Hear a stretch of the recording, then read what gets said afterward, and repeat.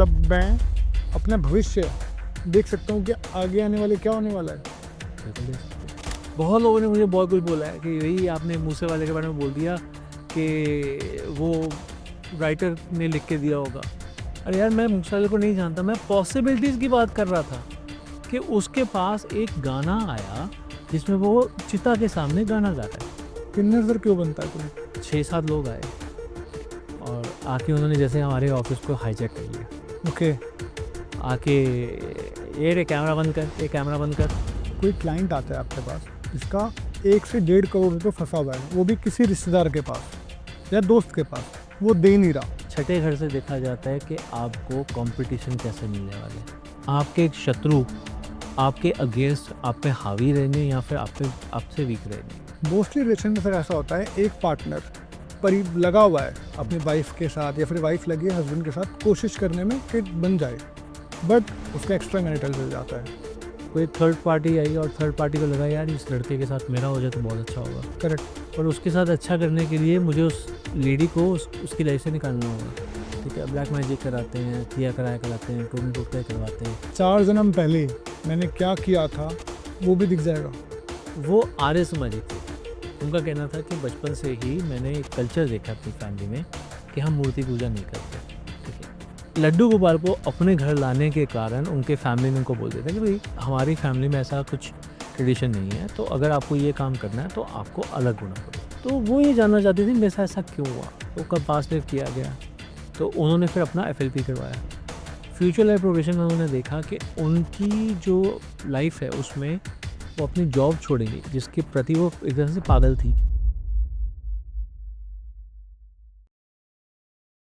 आपने PLR और Akashic records के बारे में तो बहुत बार सुना होगा, लेकिन कभी आपने ये सुना है कि हम फ्यूचर भी देख सकते हैं?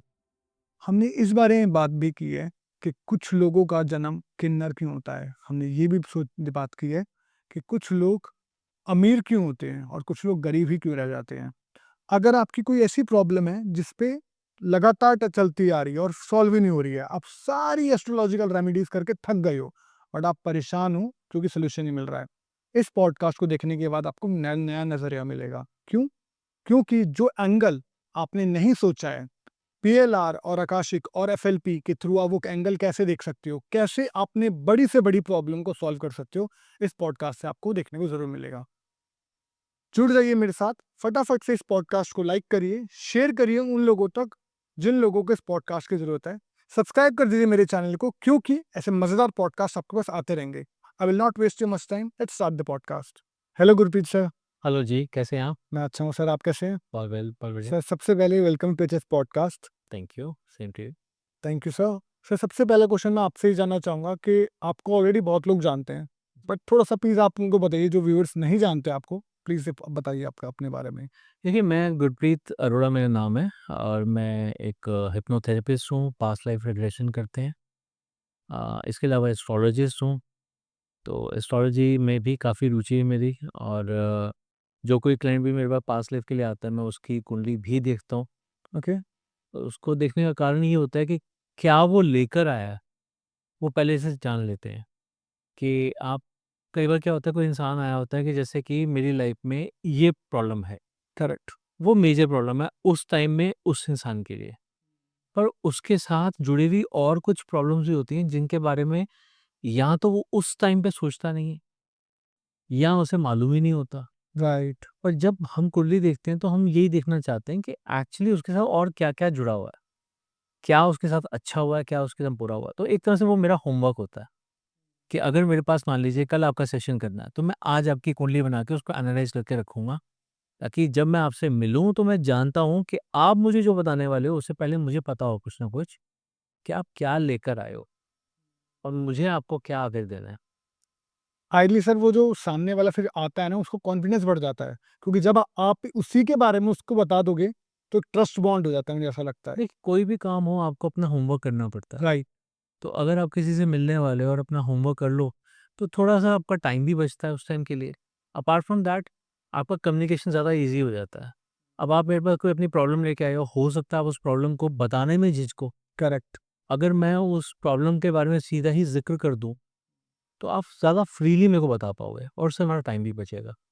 राइट, ठीक है? तो वो एक जो होता है ना कि एक आपस में जो तालमेल होता है वो जल्दी बन जाता है। राइट, आप खुल के ज़्यादा बात कर पाओगे।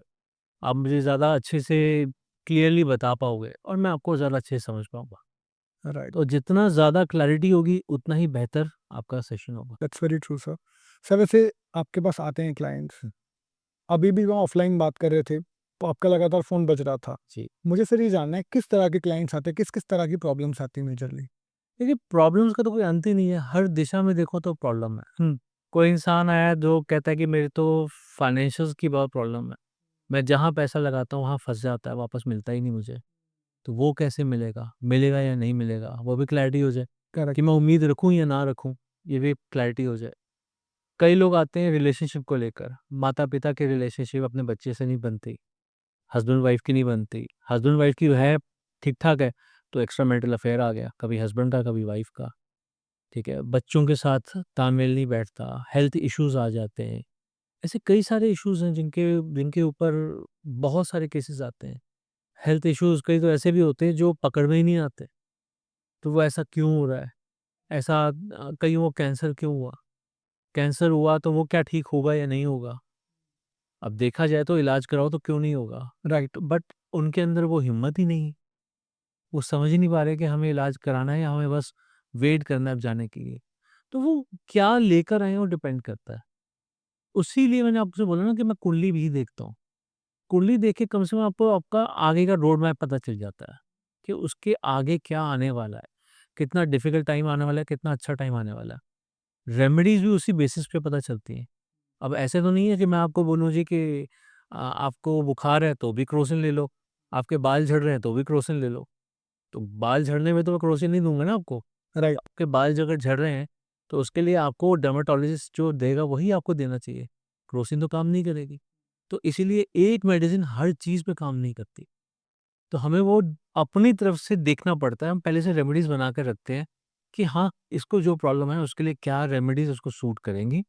उसका कौन-सा प्लैनेट स्ट्रॉन्ग है, कौन-सा प्लैनेट वीक है, किसको मुझे कैटर करना है, किसको मुझे आराम से छोड़ देना है। सर मैं आपसे एक एग्ज़ाम्पल पूछना चाहूँगा। मान लीजिए कोई क्लाइंट आता है आपके पास, जिसका 1 से डेढ़ करोड़ रुपए फँसा हुआ है, वो भी किसी रिश्तेदार के पास या दोस्त के पास, वो दे नहीं रहा। सबसे पहले आपने बोला मैं कुंडली भी देखता हूँ।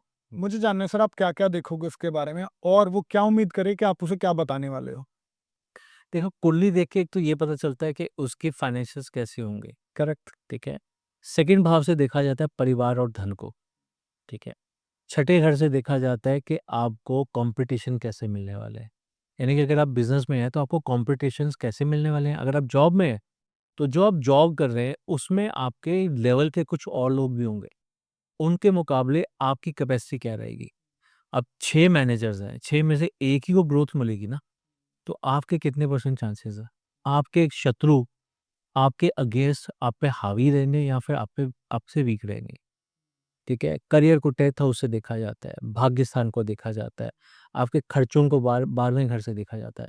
तो इन सबको मिलाकर के पता चलता है कि आपके लिए क्या सूटेबल है, क्या सूटेबल नहीं है। फिर दशा क्या चल रही है? जो दशा चल रही है वो प्लैनेट्स कौन से घर में बैठे हैं? वो लगन कुंडली में कहाँ पर है, नवमांश में कहाँ पर है, आपके गोचर में कहाँ पर है और वो कब तक हैं? तो कई बार क्या होता है आपका मनी जो स्टक हुआ होता है, जैसे फॉर एग्ज़ाम्पल आपने मान लीजिए किसी को पैसा दिया, उसने आगे कहीं इन्वेस्ट किया। अब मान लेते हैं कि मैंने आज पैसा लगाया शेयर मार्केट में, आज मैंने लगाया 2 लाख रुपए। आज उसकी कीमत जो है क्योंकि मार्केट डाउन है, टैरिफ्स का मोड चल रहा है, सब कुछ ऐसा चल रहा है, मार्केट अनसर्टेनिटीज़ है, तो हो सकता है वो 2 लाख जो है वो 1,80,000 हो गया हो, पौने 2 लाख हो गया हो, 1.5 लाख हो गया हो। तो मुझे तो लगेगा मेरा पैसा तो फँस गया, कम हो गया। मैं उसपे और वेट करता हूँ तो हो सकता है वो सवा लाख तक पहुँच जाए। मैं उसमें और वेट करता हूँ तो हो सकता है कि वो 2.5 लाख तक पहुँच जाए। तो वो टाइम कैसा आने वाला है आपकी लाइफ में, वो सब कैसे पता चलता है आपकी कुंडली के आने वाले समय पर। क्या आपके प्लैनेट्स के योग बैठेंगे? किस नक्षत्र में क्या आने वाला है? तो वो सब कुछ जब पता चलता है तो एक पर्सपेक्टिव तो पता चल गया कि आपको क्या मिलने वाला है। What can you expect? पर अगर आप ये जानना चाहते हो कि मेरे पैसे बार-बार क्यों फँसते हैं? अभी आपने 1 डेढ़ करोड़ की बात की, मेरे पास तो केसेज़ कई ऐसे भी आते हैं जिनके 100-100 करोड़ भी फँसे होते हैं। प्रोजेक्ट्स के प्रोजेक्ट्स फँस जाते हैं। तो उनके साथ ऐसा क्यों हुआ? राइट, तो फँसने हैं, उसके 2 कारण होते हैं। एक कारण तो ये है कि आपकी डेस्टिनी में था फँसना है। अगर ये डेस्टिनी में था कि होना है, यानी कि क्या होना है ये डेस्टिनी में था, तो वो क्यों होना है उसका जो रिलेशन है आपकी पास्ट लाइफ़ से मिलता है, कि क्यों हुआ ये मेरे साथ या मुझे मेरी लाइफ़ में ऐसा पार्ट लिखा ही क्यों था? बहुत से लोग ना ऐसा पैसा फँसे टूट जाते हैं। उनका फर्स्ट थॉट ये आता है कि यार मैं जी क्यों ना? अब मैंने इतना कुछ पा लिया था, मैं एकदम से ज़ीरो हो गया हूँ। मेरी फैमिली का क्या बनेगा? वो उस टाइम में इतने टूट जाते हैं कि उनको पता ही नहीं चलता कि वो अपने बारे में कितना नेगेटिव हो जाते हैं। पर अगर उनको एक रे ऑफ होप मिल जाए कि चलो ये टाइम जो है ये इस टाइम के बाद ठीक हो जाएगा, तो फिर उनको एक एक उम्मीद तो रहेगी कि हाँ, सब ठीक होने वाला है। चलो जब बुरा टाइम आ गया तो वो भी निकल ही जाएगा। करेक्ट। ठीक? तो वो रे ऑफ होप जो आपको मिलती है आपके फ्यूचर से ही मिलती है, यानी कि आपके एस्ट्रोलॉजी से पता चलती है। पर कई बार कई लोगों पे किया कराया भी होता है। अगर वो किया कराया है तो फिर जो आपको मिलना था वो आपको मिल ही नहीं पाएगा। उसमें 100 रुकावटें आ जाएँगी। अब धूप आती है, धूप का काम क्या है? रोज़ सूरज निकलता है, रोज़ हमें धूप देता है। पर अगर उसमें बीच में बादल आ जाएँ तो क्या होता है? रुक जाएगी धूप। तो धूप नहीं आती ना, क्या आता है? बारिश आ जाती है या आंधी-तूफ़ान आ जाता है। यानी कि हम धूप को महसूस ही नहीं कर पाते।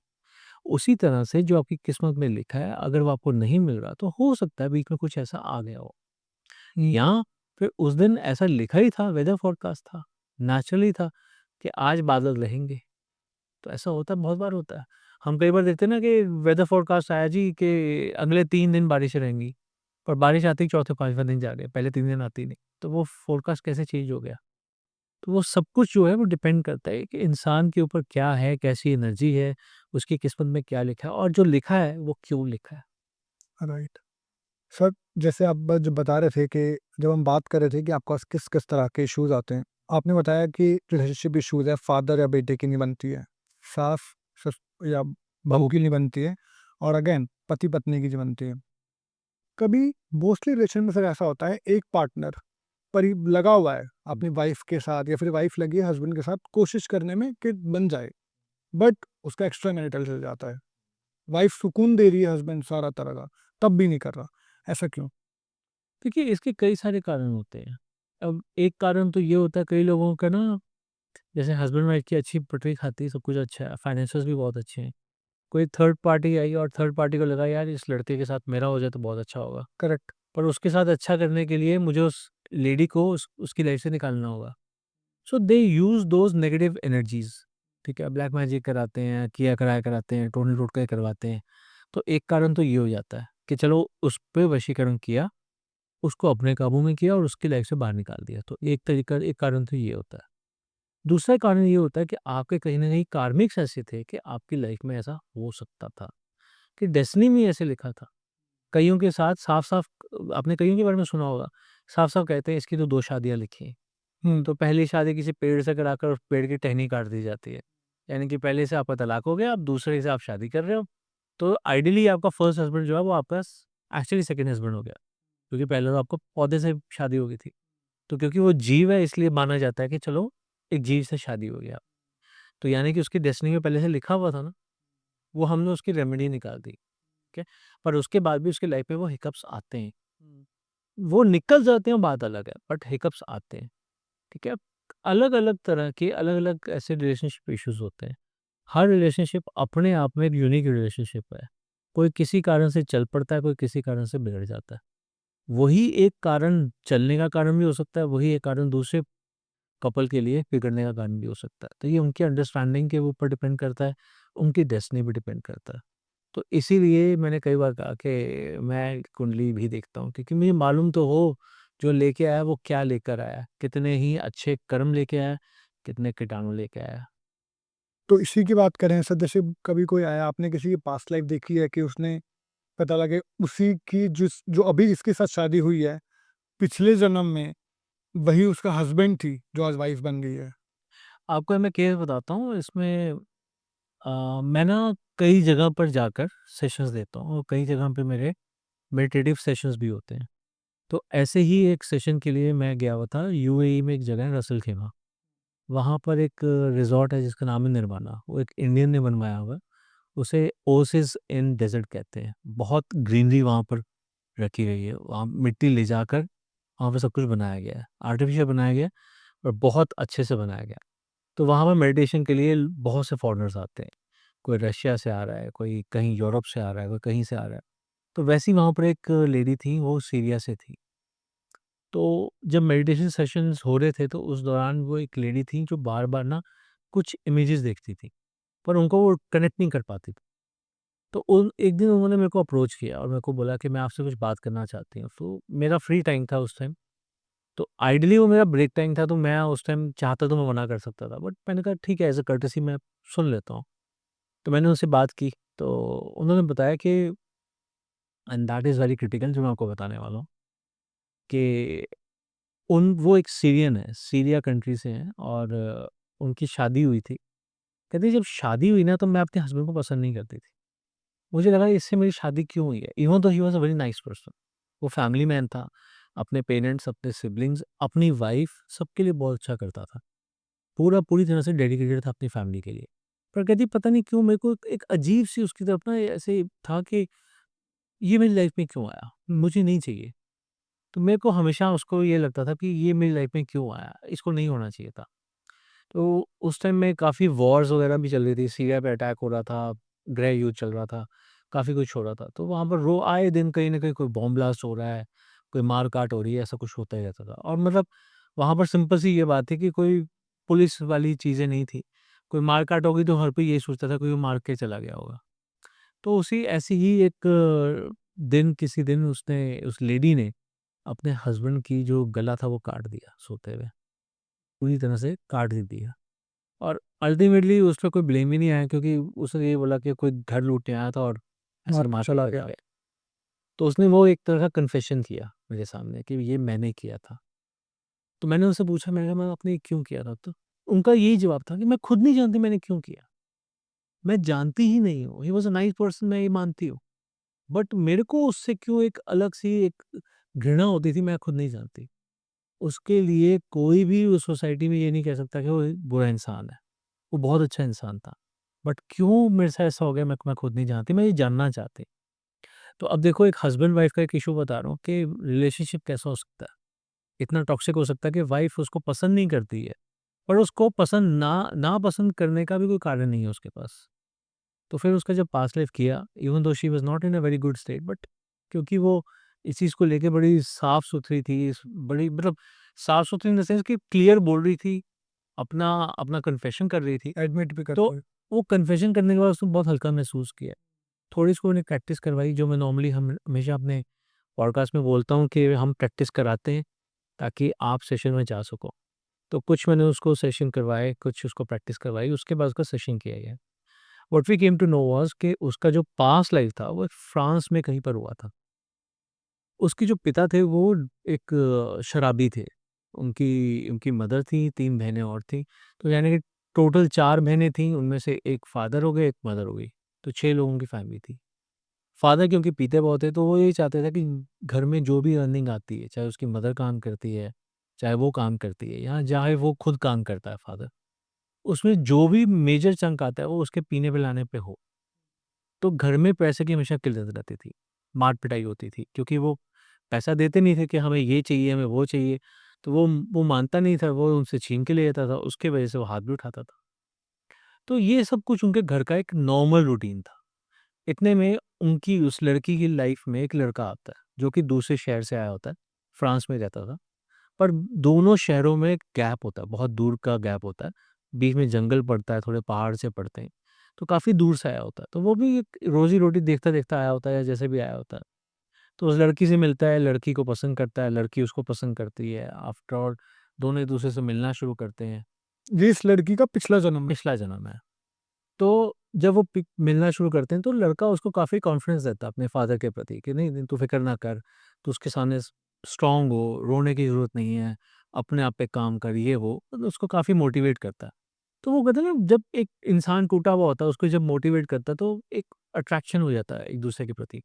तो अट्रैक्शन था, फिर प्यार हो गया, जैसे भी हुआ।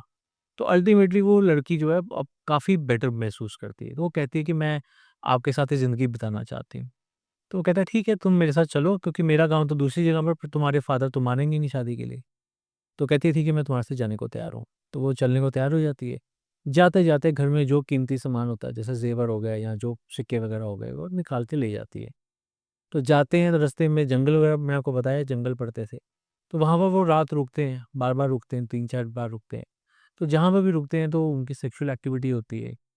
अल्टीमेटली जिस दिन पता होता है ना कि इस रात के बाद अगले दिन हम गाँव पहुँच जाएँगे, उस रात को जो खाना खाते हैं उसमें वो लड़का ज़हर मिलाकर उस लड़की को पिला देता है। क्योंकि वो उसके जो उसके पास सामान था वो लेके जाना चाहता था, उसे लड़की नहीं चाहिए थी। अब उसका वो जो फन फैक्टर था वो भी खत्म हो गया था और वो लड़का एक्चुअली मैरिड था, जो उसने उस लड़की को बताया नहीं हुआ था। तो उसे ये था कि लड़की को मैं ले जा नहीं सकता, तो अब जो उसको यूज़ करना था यूज़ कर लिया, अब मेरे को आगे बढ़ना है। तो जो उसके पास है मैं कम से कम वो तो लेता जाऊँ और उसको भी ख़त्म कर कहानी ख़त्म करूँ।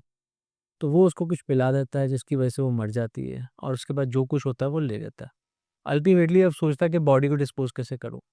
डिस्पोज़ करने का एक ही तरीका होता है, चलो ठीक है जंगल में फेंक देते हैं, जानवर खा जाएगा।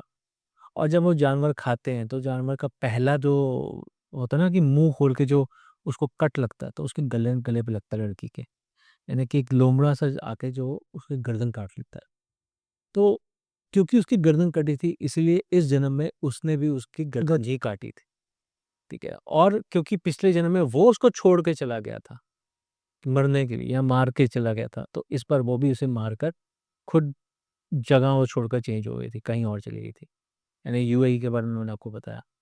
तो वो ऐसे उसके साथ और कोरिलेशन बैठा, उसे पता चला कि उसकी पास्ट लाइफ में जो उसके हस्बैंड ने उसके साथ किया था, यही कारण था कि वो उसको पहले दिन से पसंद नहीं करती थी। अब उसको वो रीज़न पता चला, बट आगे मूव ऑन होना था, तो उसमें हुई। अब उसके बारे में आगे क तो मेरा कभी कोई उसके साथ कोई कनेक्शन हुआ नहीं, क्योंकि वो एक एक वन ऑड सेशन था जिसकी वजह से या फिर वन एक एक शेयर था जिसकी वजह से वो मेरे को मिली थी, उसका सेशन हुआ।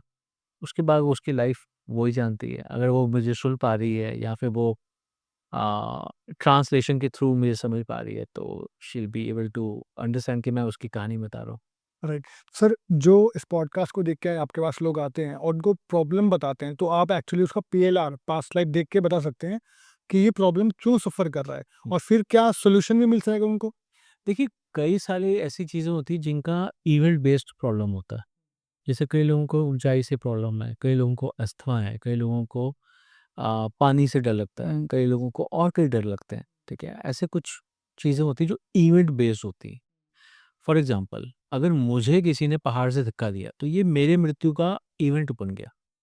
तो हो सकता है अगले जन्म में मुझे ऊँचाई से डर लगे, ओके। ठीक है? अगर मेरे को वो पता चल गया तो मेरा तो सॉल्यूशन उसी वक़्त हो गया। पर अगर मैं नहीं मरा, मैंने उल्टा किसी को धक्का देके मारा, तो मेरा कर्म खराब हो गया। इस वजह से मेरे को डर लग सकता है। तो 2 कारण हो गए ना, एक तो मेरे साथ आप बीती, एक मैंने किसी और पे की। तो जब वो इवेंट बेस्ड हो जाता है, मेरे साथ हुआ था, तब तो उसी में सॉल्यूशन मिल गया। जब वो दूसरों के साथ किया था, तो उसकी रेमेडी करनी पड़ती है, उसके लिए माफ़ी प्रार्थना करनी पड़ती है, ओके। उसके लिए उस पर्टिकुलर आत्मा से माफ़ी माँगनी पड़ती है। अब वो आत्मा कहाँ पहुँची, किस जन्म में, किस रूप में पहुँची है, ये तो हमें नहीं मालूम ना। तो इसलिए हम उस सोल से माफ़ी माँगते हैं, यानी कि माफ़ी प्रार्थना करते हैं। कार्मिक हीलिंग हो गई, उसके साथ हीलिंग करनी पड़ती है। तो वो कुछ चीज़ें ऐसी होती हैं जो फिर उसके बाद थोड़ा-सा टाइम टेकिंग बन जाती है, बट तकरीबन 6 से 9 महीने में उसका सॉल्यूशन मिल जाता है। ये केस पेस डिपेंड करता है कि कैसे कर्मा थे, क्या था, तो उसके बेसिस पे हम आप बता पाते हैं कि हाँ, आपको आपकी हीलिंग इतने टाइम की चलेगी, आपकी हीलिंग इतने टाइम की चलेगी। किसी की 2-3 महीने में काम हो जाता है, किसी के 8-9 महीने भी लग जाते हैं। कितने जन्मों तक हम पीछे देख सकते हैं पास्ट लाइफ के थ्रू? आप अगर हमारी सिविलाइज़ेशन 5000 साल पुरानी तो वहाँ तक भी जा सकते हैं। मतलब अगर मैं आप मेरी देखें, तो मैं पिछले 4 जन्म पहले मैंने क्या किया था, वो भी दिख जाएगा। चलो मैं आपको एग्ज़ाम्पल देता हूँ। मेरे पास सज्जन आए थे, उनका नाम विट्ठल है। रोहिणी दिल्ली से आए थे। उसकी उसकी वीडियो है मेरे चैनल पे। ओके। वो आर्य समाजी थे। उनका कहना था कि बचपन से ही मैंने एक कल्चर देखा अपनी फैमिली में कि हम मूर्ति पूजा नहीं करते, ठीक है? तो पर इनका रुझान जो था वो भगवान कृष्ण की तरफ बहुत ज़्यादा था। यहाँ तक था कि 12वीं जब 12th क्लास में थे तो वो लड्डू गोपाल की मूर्त ले आए थे अपने घर पे, यानी कि उनको ले आए थे। तो लड्डू गोपाल को अपने घर लाने के कारण उनके फैमिली ने उनको बोल दिया था कि भई हमारी फैमिली में ऐसा कुछ ट्रेडिशन नहीं है, तो अगर आपको ये काम करना है तो आपको अलग होना पड़ेगा। यानी कि बच्चे को 12th क्लास में बोल दिया गया कि आप अपने घर से अलग हो जाओ, और वो अलग हो भी गया। सोचो कि वो इतना विश्वास रखता था, भगवान में इतनी आस्था थी कि वो अलग हो भी गया। अलग होने के बाद वो ये जानने आया था मेरे पास, यानी कि वो अभी 12th क्लास में नहीं है, अभी तो अब तो कमा रहा है, अच्छा कमा रहा है। He is into 30s, as उसकी अब तो काफ़ी साल हो गए हैं। 12वीं तो 16-17 साल की एज में हो जाती है, तो वो 23-31 साल का है। तो मेरे पास आया तो उसने बोला कि मैं ये जानना चाहता हूँ, मेरी इतनी आस्था भगवान कृष्ण में क्यों है? करेक्ट। मेरी इतनी आस्था क्यों है कि मैं उसके लिए घर भी छोड़ दिया मैंने? तो जब उनका उनका पास लाइफ किया गया, तो वो उस टाइम में पहुँचे जब महाभारत काल था। तो आप 4 जन्म पुरानी बात कर रहे हो, महाभारत काल सोचो कितना तो अलग युग हो गया। तो युग ही अलग हो गया, ठीक है? तो वो वहाँ पहुँचा और उसने देखा कि जिस शिकारी के तीर से भगवान कृष्ण के अंगूठे में बाण लगा था ना, जिसकी वजह से कि उनके प्राण निकले थे, उस शिकारी का नाम जरा था। वो उस शिकारी का बेटा था, और वो शिकारी को भी जो तीर उसने चलाया था, वो तीर भी इसलिए चला था क्योंकि वो माया भी भगवान कृष्ण ने ही रची थी। ये बात भी पता चली। भगवान श्री कृष्ण का कहना ये था कि उससे पुराने युग में श्री राम ने जब बाण चलाया था, तो बाली पर छुपकर बाण चलाया था। तो वह बाली को ये वचन दिया था कि कभी मेरा अंत भी तुम्हारे हाथों से ऐसे ही होगा। राइट। तो वो शिकारी जरा जो था, वो उस टाइम का बाली था, राइट। और उसे फिर भगवान कृष्ण ने ये कहा था कि अब इस जन्म के बाद तुम्हें मोक्ष की प्राप्ति होगी। तो वो जब शिकारी अपने घर जाता है, तो अपने पुत्र से जाके यही कहता है कि मुझसे बहुत बड़ा अपराध हो गया, जघन्य अपराध हो गया, इसकी कोई माफ़ी नहीं है। पर मैं ये चाहता हूँ कि ये पाप हमारी फैमिली में ना आए, इसलिए तुम आज से भगवान कृष्ण की जितनी हो सके उतनी उपासना करना, और कभी शिकारी मत बनना, तीर कमान मत उठाना। उसने बाद में कुछ खेती की, कुछ लोहार का काम किया, पर भगवान कृष्ण की मृत्यु के बाद द्वारका नगरी जो थी वो डूब गई थी, और वहां से वो इंद्रप्रस्थ शिफ्ट हो गया था। तो ये सब उसने बताया। ये सब उसने कभी इस बारे में कहता है कि मैंने तो महाभारत भी ढंग से नहीं देखी। हाँ, भगवान कृष्ण के बारे में मेरे को बहुत आस्था है, उनके बारे में पढ़ता हूँ, बट मैंने महाभारत जो आप वो टीवी में देखते हो, मैंने वो भी नहीं देखी। तो मैंने इतना कुछ क्लियर दे उसने जो बताया, यार उसमें जरा का तो करेक्टर के बारे में शायद बताया भी नहीं गया हुआ, पर उसने तो उसके बेटे के बारे में बताया, और वो कहता है कि मैं जरा नहीं हूँ, मैं जरा का बेटा था। तो अब आप सोचो, जो आप 4 जन्म पीछे की बात कर रहे हो, तो वो तो किसी युग में पहुँच गया, और राइट। उससे पुराने युग का रेफ़रेंस भी लेके आ गया।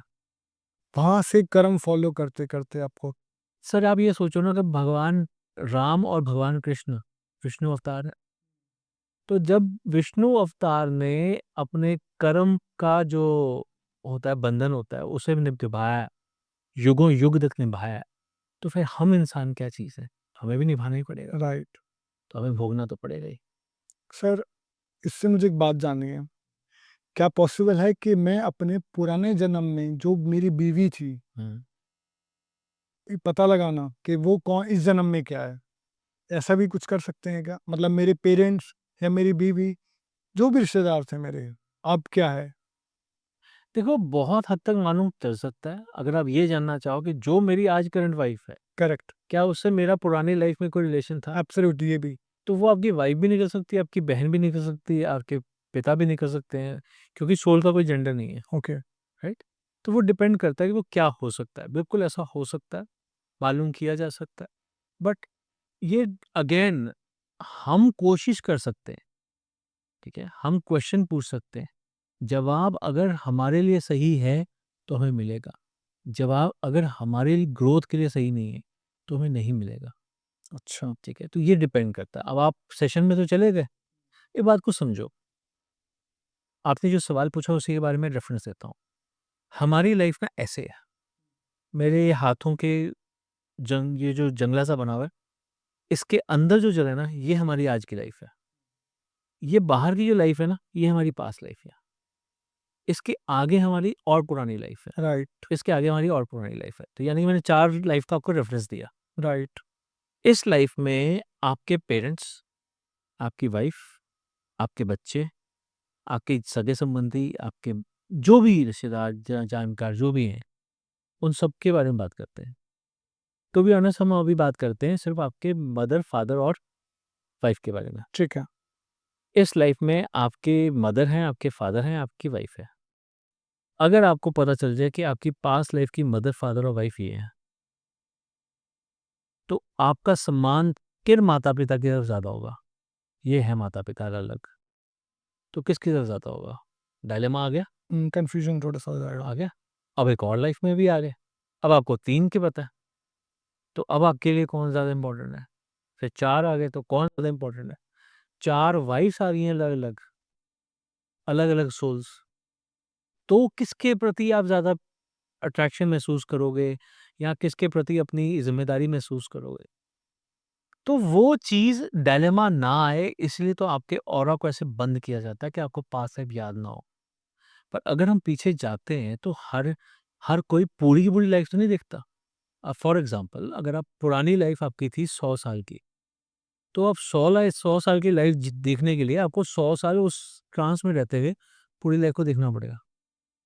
और जबकि आप जाते हो 2 से 3 घंटे के लिए, तो आप मेन इवेंट्स देखते हो। कैसे जाते हो? ये आपका ऑरा है, ये थोड़ा-सा ऐसे खोला जाता है, इसके बीच में से आपकी चेतना जाती है, ऐसे-ऐसे थोड़ा-थोड़ा देखती है और वापस आ जाती है।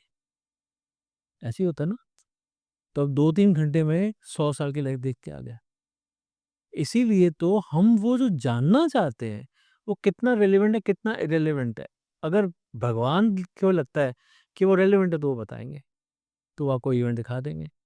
पर अगर उनको लगा कि यार ये तो और कन्फ्यूजन हो जाएगी, ये तो वैसे ही दिमागी रूप से परेशान है, और परेशान हो जाएगा, तो फिर वो नहीं दिखाएँगे।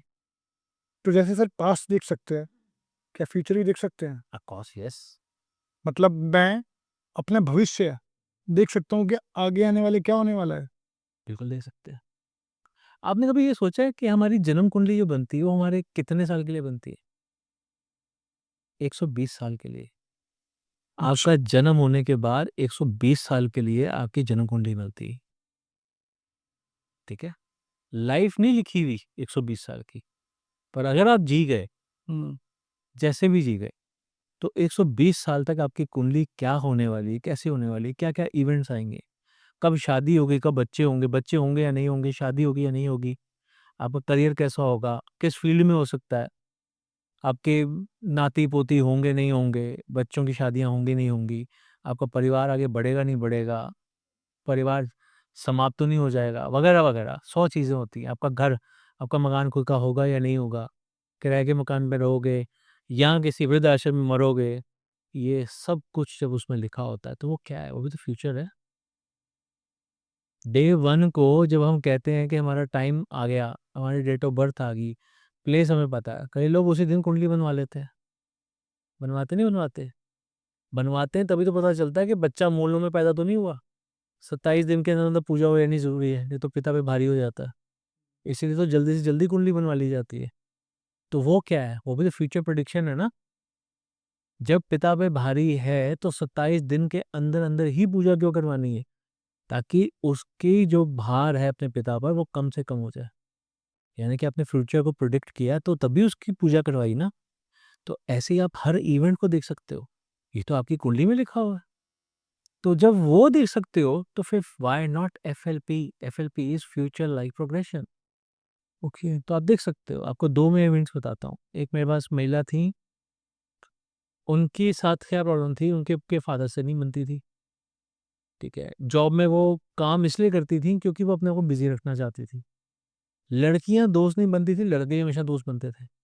इस वजह से वो जो सोसाइटी में होता है ना नॉर्म्स के इसके इसके लड़के नहीं दोस्त बनती, इसके साथ ऐसा क्यों है? मतलब कोई एक कहना चाहिए कि घुमा-फिरा के जलेबी की तरह घुमा-फिरा के कैरेक्टर पे बात आई थी। तो वो ये जानना चाहती थी मेरे साथ ऐसा क्यों हुआ? तो उनका पास्ट लाइफ किया गया। तो उन्होंने अपने पास्ट लाइफ में जो-जो इवेंट्स थे उससे समझ गई कि उनका कोई रिलेशनशिप भी क्यों नहीं बनता, अपने फादर से क्यों नहीं बनती, वगैरह-वगैरह। अभी तक उनकी शादी क्यों नहीं हुई। अब वो कहती है मुझे एफएलपी कराना है।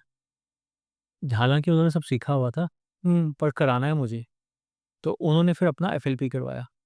फ्यूचर लाइफ प्रोग्रेशन में उन्होंने देखा कि उनकी जो अ, लाइफ है उसमें वो अपनी जॉब छोड़ेंगी, जिसके प्रति वो एक तरह से पागल थी। हुँ। वो जॉब छोड़ेंगी और अपना खुद का इंस्टीट्यूट खोलेंगी, कोचिंग इंस्टीट्यूट। वही कोविड टाइम में हुआ, कोविड टाइम के शायद थोड़ा टाइम बाद हुआ कि उन्होंने अपनी जॉब छोड़ी, वो एक ट्रेनर थी, मेडिकल ट्रांसक्रिप्शन ट्रेनर थी वो। तो उन्होंने खुद क्लासेस देनी शुरू की और उनका फीडबैक इतना अच्छा था कि 100% रिजल्ट्स आने शुरू हुए। उससे और रेफरेंसेस हुए, तो अच्छा पैसा आना शुरू हुआ। उन्होंने अपने एफएलवी में ये भी देखा था कि वो यूएस जाएँगी। पहले उनका भाई जाता है कनाडा, फिर वो जाती हैं यूएस।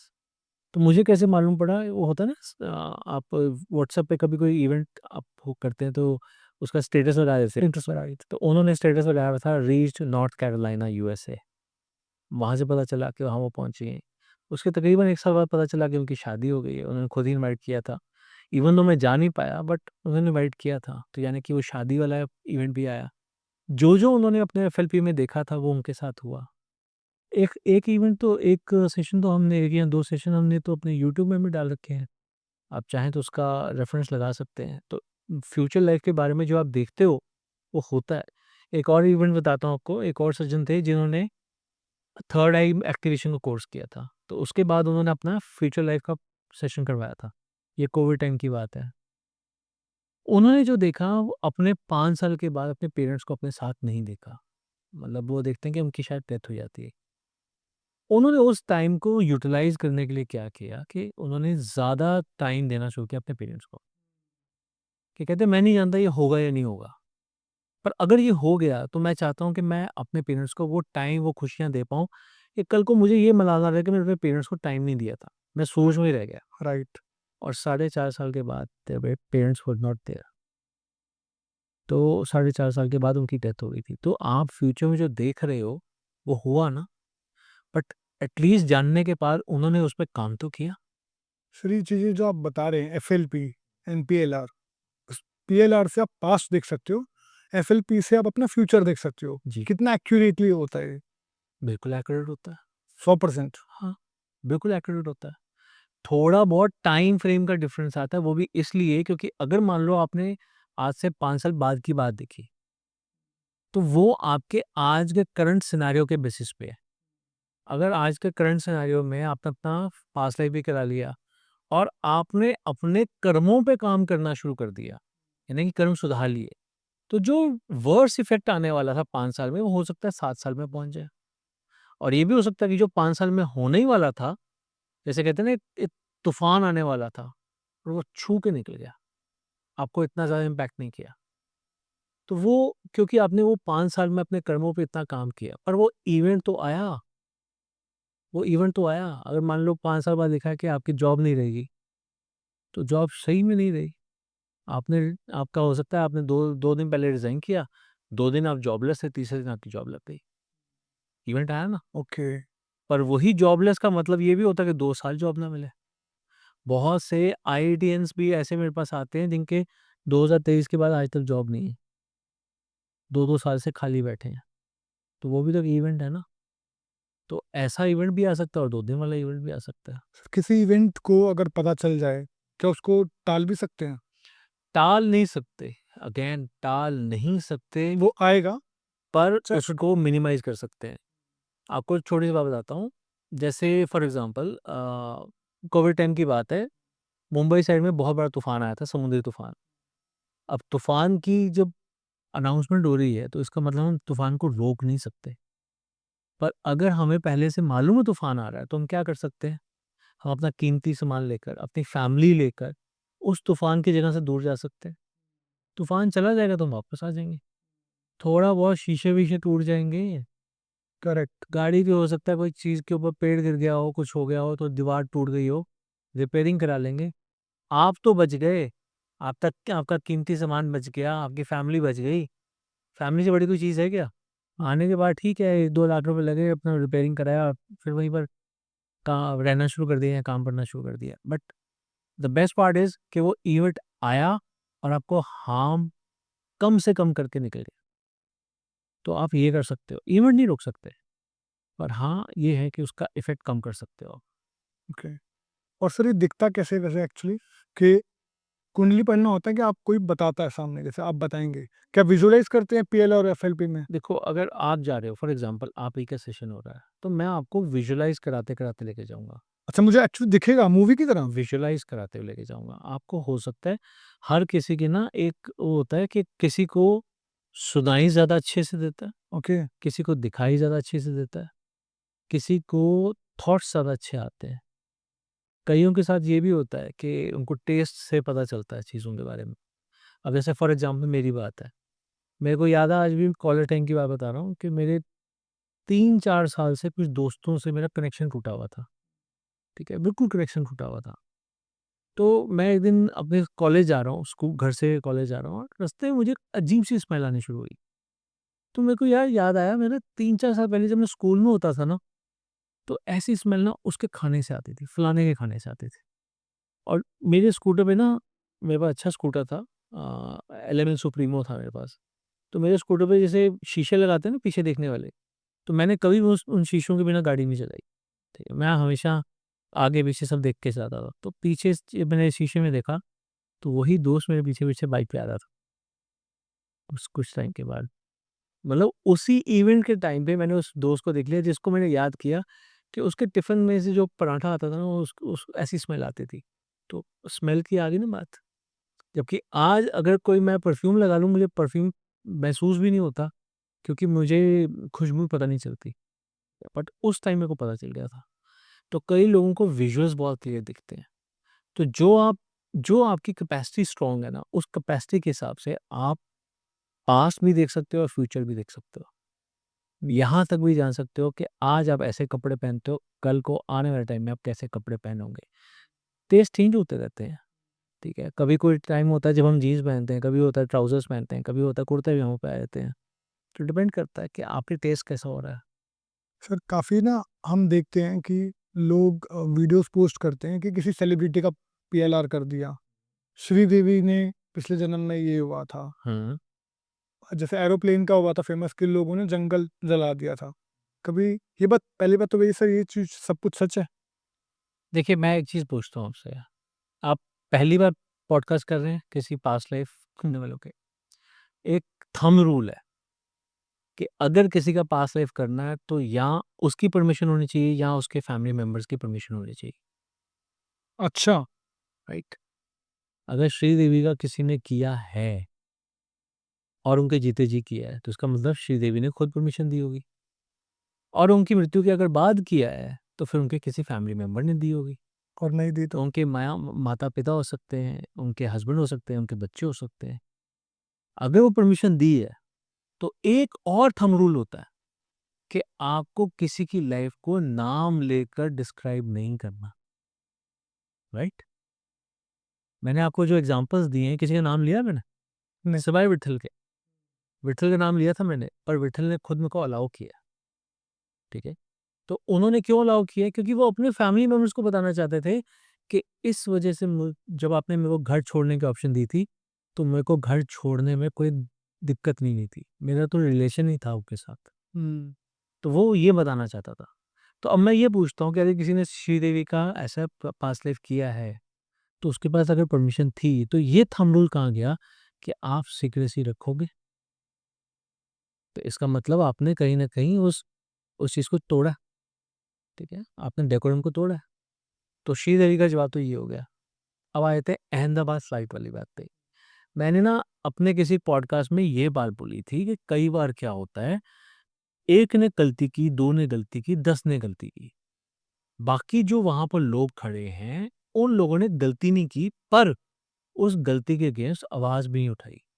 तो कहीं न कहीं वो उस गलती के भागीदार बन जाते हैं, अच्छा, ठीक है? जैसे द्रौपदी का वस्त्रहरण हुआ था। करने वाले कौन थे? दुशासन था, दुर्योधन था, बाकी सब भीष्म पितामह वगैरह सब आवाज़ उठा रहे थे। कर क किया तो उन्होंने कुछ भी नहीं। जबकि वो चाहते तो इतना बलबूता रखते थे कि उन सबको रोक सकते थे रोक शायद। सकते थे, पर रोका नहीं ना उन्होंने। पर उस टाइम में वो सारे मूक दर्शक बन के रह गए। अल्टीमेटली महाभारत युद्ध हुआ और सभी को अपने प्राण त्यागने पड़े, करेक्ट। राइट? अब मैंने ये कहा था कि कई बार ऐसा होता है जब एक मास के साथ ऐसा हो जाता है। पर अगर कोई कह रहा है कि किसी ने जंगल जलाया था या कोई कहता है कि किसी ने पूरा गाँव जला दिया था, तो मैं पूछता हूँ कि प्लेन में 300 लोग तकरीबन थे, 277 to be precise. Right, including the staff, crew members वगैरह। उसके अलावा वो एक एक मेस पे जाके गिरा था, वहाँ कई बच्चे भी थे, तो मिला लेते हैं 300-350 बच्चे हो गए। क्या उन सबकी फ़ोटोज़ पब्लिश हुई? क्या उन सबके नाम पब्लिश हुए? क्या उन सबसे परमिशन ली गई? कोई कहता है मैं थर्ड आई से कर लेता हूँ, कोई कहता है कि मैंने ऐसे किया, मैंने वैसे किया। परमिशन कहाँ से लाए? पहले मैं ये पूछता हूँ, परमिशन कहाँ से लाए? और अगर मैंने किसी को ये बोल दिया कि ऐसा भी हो सकता है, तो मैंने तो पॉसिबिलिटी बोली, मैंने किसी के ऊपर उँगली नहीं उठाई। मैंने एक बार नहीं बोला कि मैंने किसी एक का भी किया। मैंने सिर्फ़ ये बोला ये एक पॉसिबिलिटी हो सकती है कि कोई इवेंट हुआ हो, क्योंकि उन्होंने ये बात बोली है कि जंगल जलाया था। कइयों ने बोला ना जंगल जलाया था, कइयों ने बोला है कि गाँव जलाया था। तो ये पॉसिबिलिटी हो सकती है। दिया सलाई एक ने जलाई हो, बाकी 300 लोग खड़े हों, उन्होंने रोका नहीं, तो हो सकता है कि उस इवेंट के एक भागीदार बन गए। बट मैंने ये नहीं बोला कि उन्होंने गाँव जलाया, उन्होंने जंगल जलाया, कुछ भी जलाया, मैंने कुछ नहीं बोला। मैं तो सिर्फ़ उल्टा ये पूछ रहा हूँ कि आपके पास परमिशन कहाँ से आई? एंड अगर परमिशन आ गई, तो आप किसी का नाम लेकर कैसे बोल सकते हो कि उसकी पास्ट लाइफ़ ऐसी थी? राइट।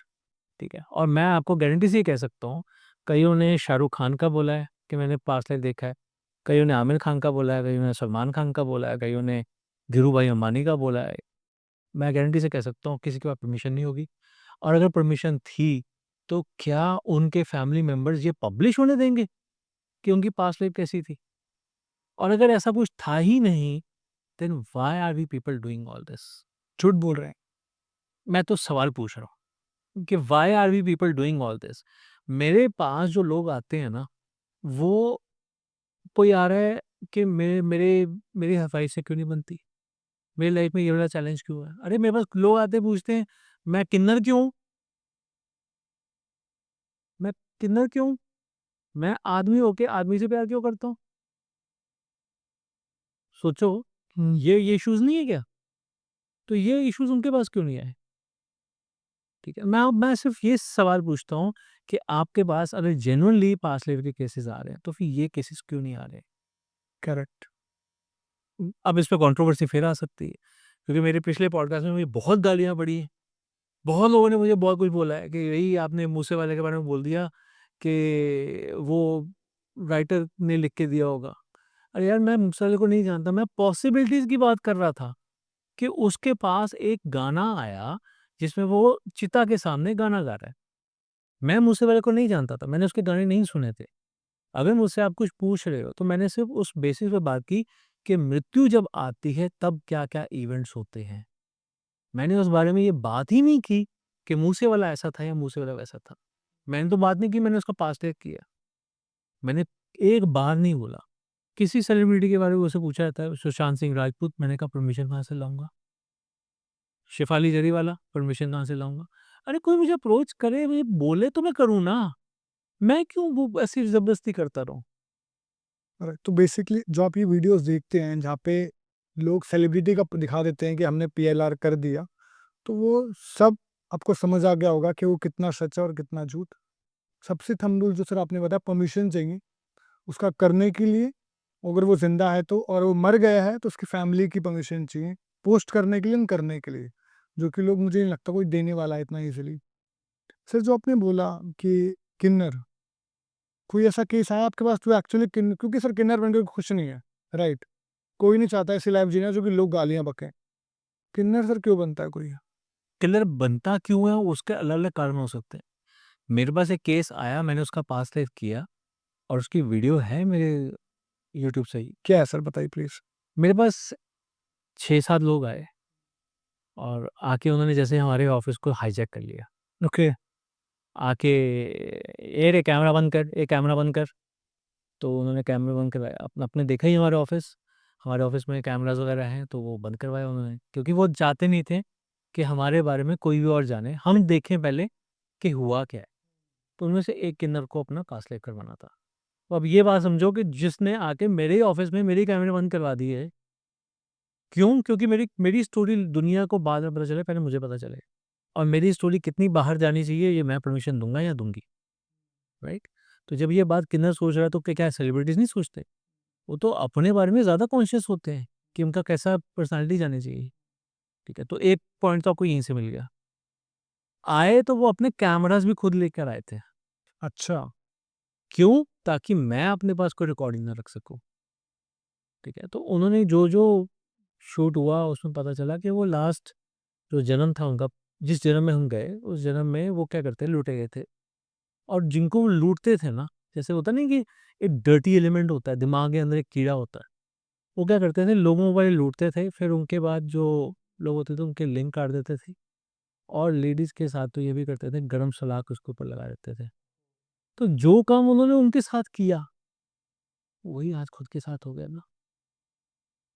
तो सोचो, तो डिपेंड करता है। वो 6 लोग आए थे, 1 ने करवाया, बाकी 6 मतलब 5 ने करवाया नहीं, पर सिर्फ़ रोते-रोते गए वो।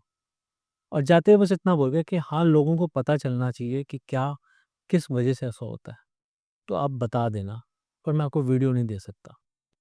तो वो वीडियो लेके गए थे, और मेरे को इतनी परमिशन देके गए थे ताकि मैं एज़ अ अंडरस्टैंडिंग कि कर्म क्या कैसे-कैसे करते हैं काम, तो मैं वो उस चीज़ के ऊपर वीडियो डाल सकूँ। नहीं तो मेरे पे भी तो कोई ये कह सकता था ना कि तुमने मेरा वीडियो क्यों डाल दिया? यूट्यूब पे डालने से पहले आपको परमिशन चाहिए, ताकि आपको कोई चैलेंज ना करे। सो यही सब कुछ हुआ, मैंने अपना वीडियो डाला हुआ अपने चैनल पे। और सर कोई गे या लेस्बियन क्यों बनता है? देखिए, मेरे पास एक आया था कि एक आईएएस लेवल के एक इंसान थे। वो कहते हैं मैं अपनी वाइफ़ को जब भी कहीं भेजता हूँ, तो मैं उसकी एब्सेंस में उसके इनर्स और उसके कॉस्ट्यूम पहनता हूँ, मतलब जो साड़ी वगैरह होती है वो पहनता हूँ। और मैं छुट्टी पे बैंकॉक जानता हूँ ताकि मैं एक मेल के साथ रिलेशनशिप बना सकूँ, ओके, ठीक है? तो ये उनका कहना था। अब even though he was a married person, right. But अपनी वाइफ़ को भी नहीं बताया था कि उनका ऐसा टेस्ट है या ऐसा कुछ है। तो उनकी भी पास्ट लाइफ़ थी, पर मैं उसके बारे में इससे ज़्यादा नहीं बता सकता। तो ऐसे काफ़ी काफ़ी चीज़ें हैं। मेरे पास कोई एक वो भी आए थे जिगोलो, मेल प्रोस्टिट्यूट। तो वो तो आए थे मॉडल बनने के लिए, अपना पोर्टफोलियो बनवाने आए थे दिल्ली, जम्मू से।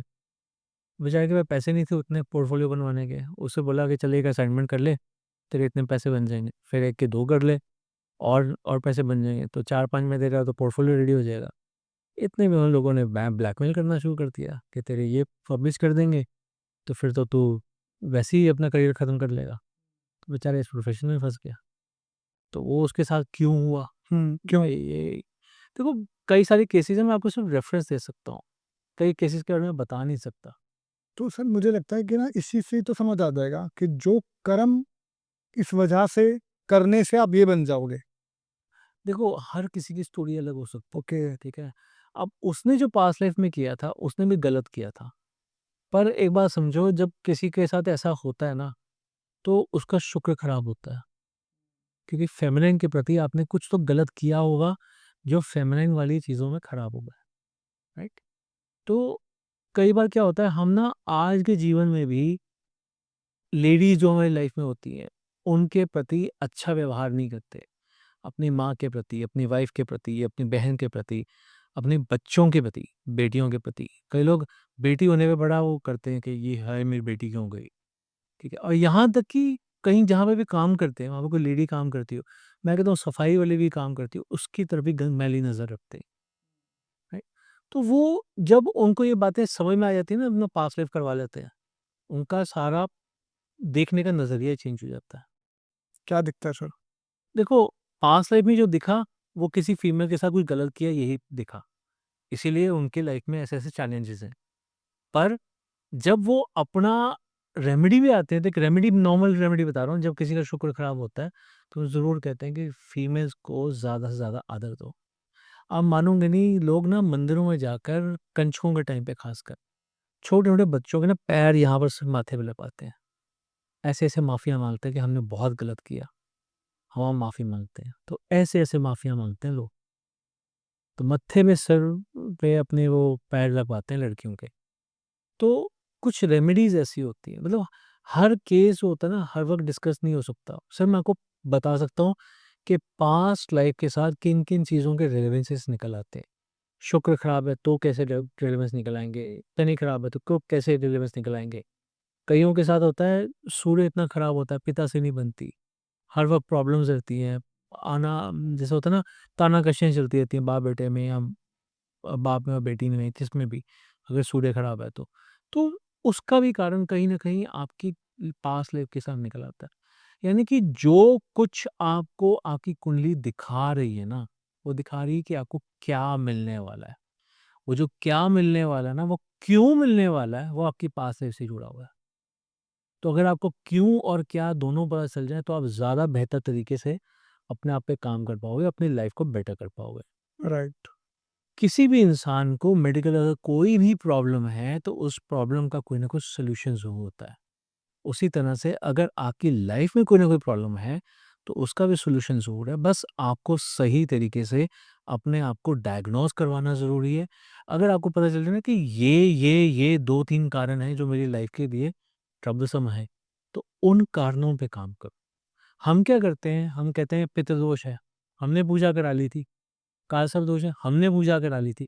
भई वो कभी खत्म थोड़ी ना होंगे आपकी कुंडली से। राहु, केतु लग्न कुंडली से क्या गायब हो जाएँगे? या आपने वो डिग्री चेंज कर लेंगे? वो कभी नहीं करेंगे। वो सिर्फ़ आप उनको शांत कर सकते हो। अगर किसी को पितृदोष है, अगर किसी को कालसर्प दोष है, तो 2 रेमेडी छोटी-छोटी बताता हूँ। ये करवानी ही करवानी है थ्रू आउट लाइफ़। एक तो शिवलिंग पे जल चढ़ाना डेली बहुत ज़रूरी है। पूरी फैमिली का ही होगा, ठीक है? दूसरा, सावन के महीने में एक रुद्राभिषेक करा लो।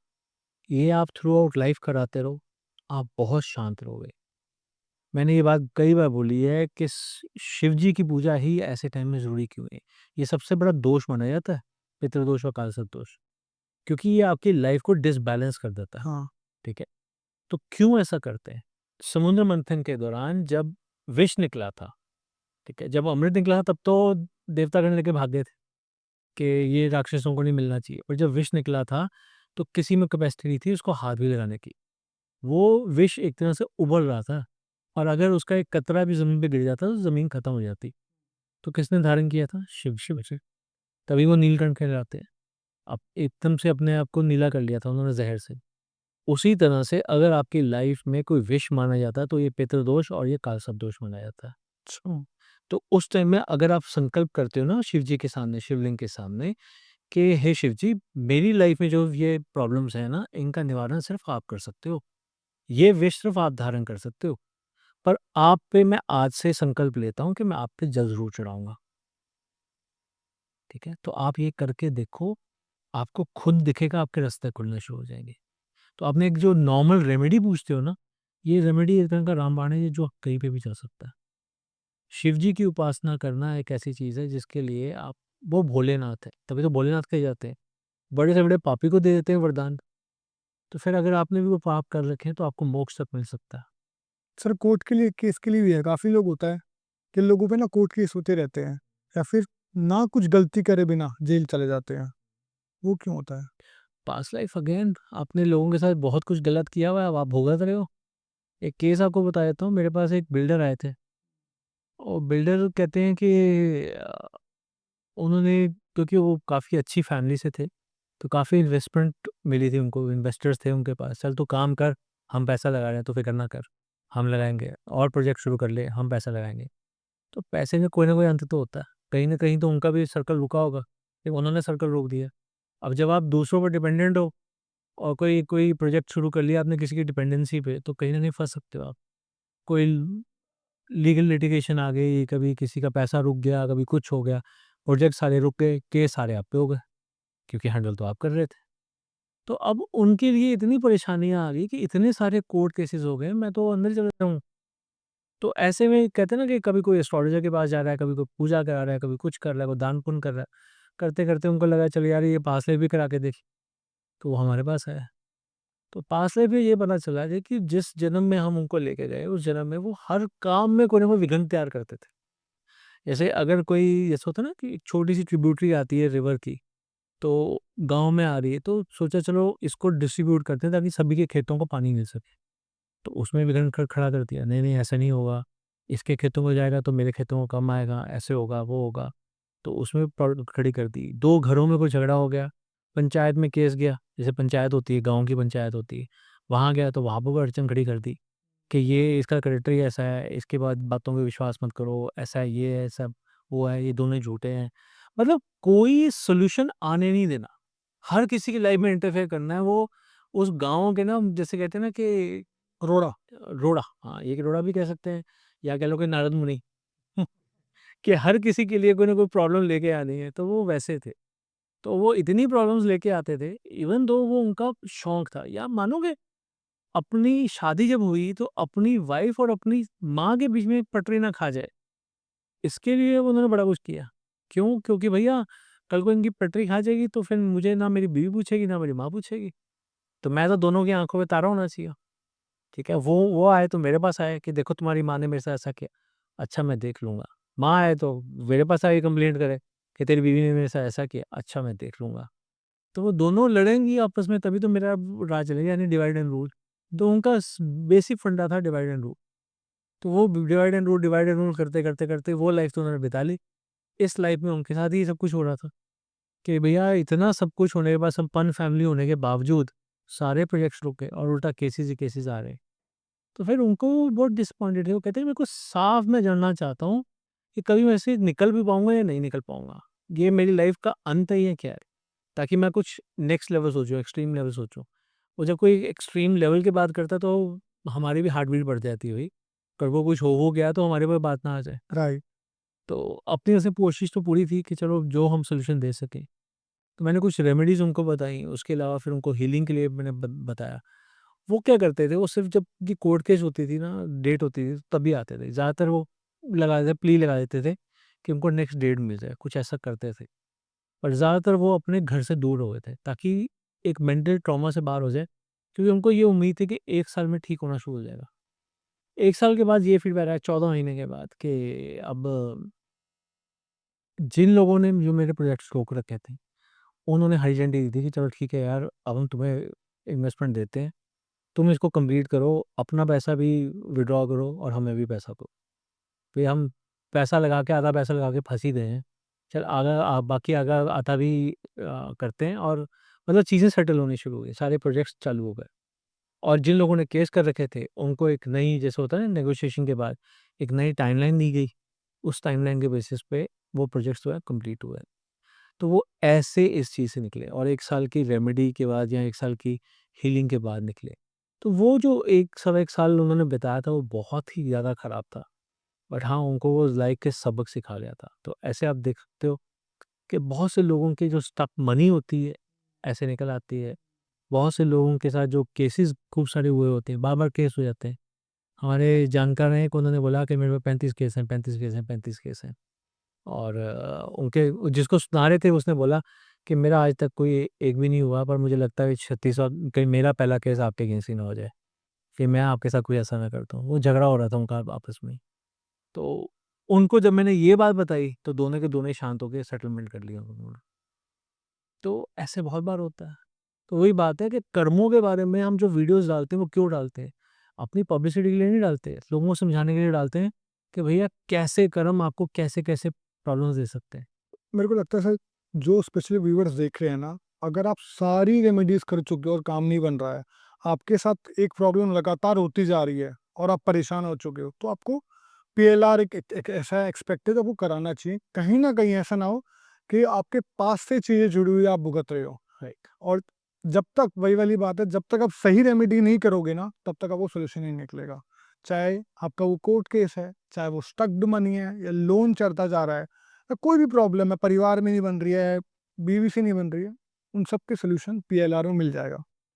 सर, आप कितने साल से कर रहे हो, हजारों क्लाइंट्स आपने देख लिए, सबसे पहला केस आपके माइंड में कोई ऐसा कौन सा आता है कि यार इसका पास तो बहुत ही गंदा है?